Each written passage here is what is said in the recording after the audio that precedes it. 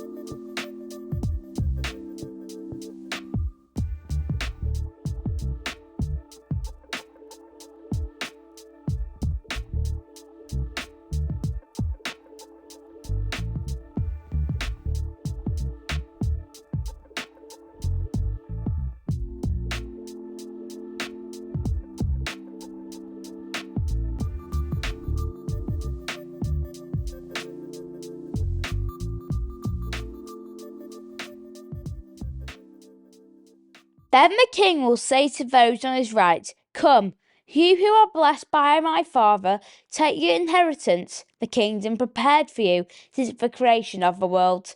For I was hungry, and you gave me something to eat. I was thirsty, and you gave me something to drink. I was a stranger, and you invited me in. I needed clothes, and you clothed me. I was sick, and you looked after me. I was in prison, and you came to visit me."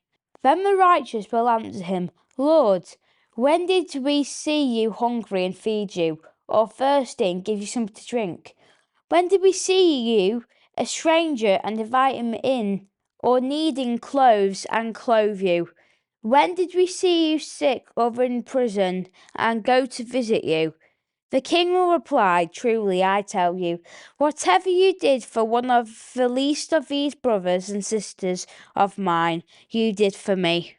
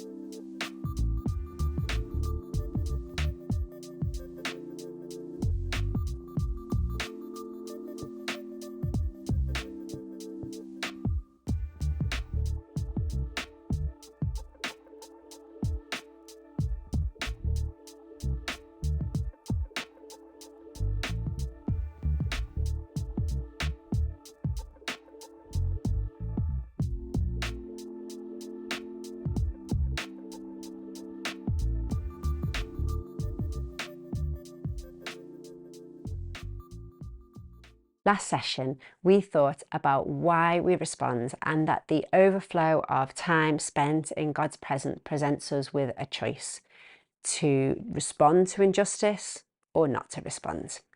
This time, we're going to think a little bit about how we respond. And Jesus gives us a great example of this. In Mark chapter 10, there's a story about Jesus leaving the city. And there's a blind man who is begging, who calls out to him. Jesus stops his journey and he spends some time talking with him. He asks this man, "What do you want me to do for you?" It's a pretty short story. It's covered in just 7 verses, but we learn so much from it. Firstly, Jesus was willing to change his plans to spend time with this man. He wasn't too busy to make time for him, and he saw that he had a need that he could meet. How often do we have to be somewhere, or we have something to do? We are too busy to make time for someone. And sometimes if someone does need us, we might do a bit of eye rolling and a bit of huffing when we do make the time for them. Perhaps we need to all think about, do we have any space in our week that we can respond to someone's need if they needed to? Perhaps if you have no gaps, is there a way that you can make some gaps so that actually if someone had a need, you were better able to respond to them? Secondly, Jesus calls this man son of Timaeus. Now this is a beggar on the side of a street, but Jesus shows him so much respect.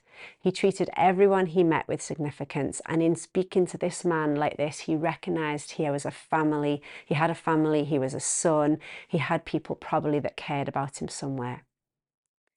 Lastly, Jesus asks, "What do you want me to do for you?" I love this. Not even Jesus assumes that he knows what someone wants. He allows this man the dignity of being able to say what it is that he wants. It's not just charity. It's not just you should be grateful for what you get. He gives this man a choice. And we should never assume that we know what someone else needs without trying to involve them. Thinking about how we can help those around us can be summed up by remembering our 3 R's. Recognise, restore, then respond. We must first recognise the need, like Jesus stopping to notice the man.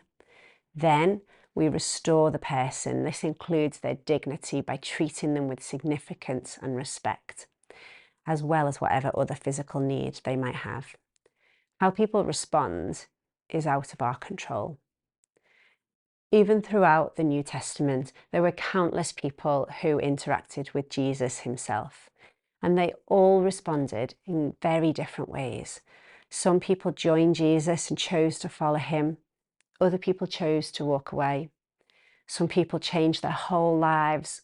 Other people, they didn't change anything at all. And it's worth remembering that Jesus was perfect, and yet still their responses were varied. That shows us that sometimes people will see God through our actions, and sometimes they won't. Jesus calls us to show his love through our actions. We love and serve others because Jesus asked us to do this. The kingdom of God is not just about the afterlife. It's not just about heaven. It's actually also about relieving suffering, recognizing mental and physical pain, and helping people to live well in this life now. When we serve, it is our obedience that is a sign of success, and the response remains between that individual and God. It's great when people do become Christians through our actions, and it's right to pray for that. However, our focus, our serving, our mission should always be to love. It's not always or only about evangelizing.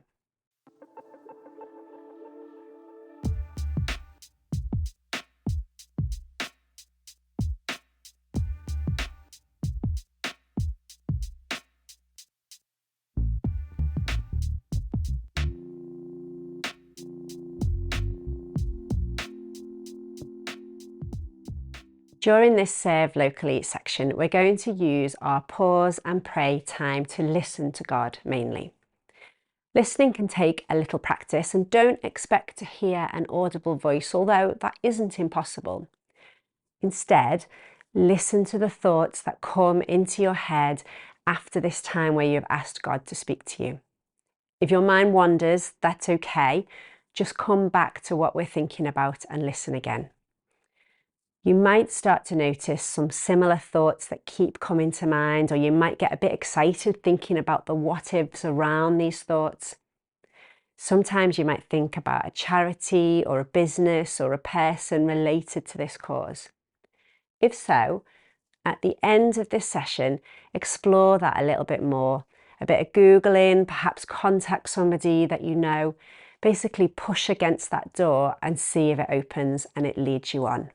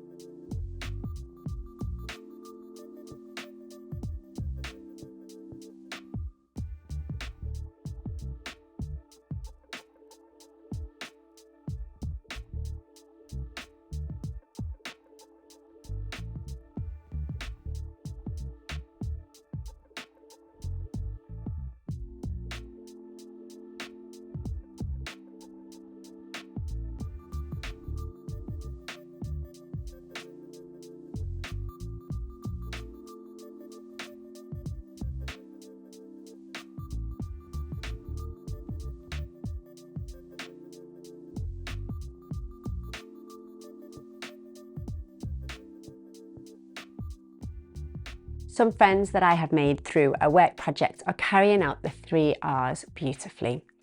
They work with newly arrived asylum seekers, and my friends recognise that there is a need for their pastoral care. They very simply bring drinks and snacks and chat to people. And these are people who need to have that simplicity of kindness, conversation, a bit of laughter. This restores these people's dignity. It restores and recognises their humanity. There is no other agenda, and they are allowing these asylum seekers to respond however they need to. For some, that is linking in with the church services that they offer, but for many, that is simply receiving the love and kindness that they are shown. So this week, I want to challenge you to take a walk from your home. It doesn't have to be long, but just take a walk, short walk, and pray as you walk. How can you recognise a need locally? How can you restore something? Now, you might already be involved in something locally, so perhaps pray into this as you walk, but most importantly, listen to what God is saying as you walk from your home this week. There are loads of resources available to support you on our website, so have a look at churchcollective.uk/thisisus. There will be some curated content there for you to read through or perhaps listen to. And there's also a sign-up form as well. We would love to know if you are doing this as a group so that we can support you.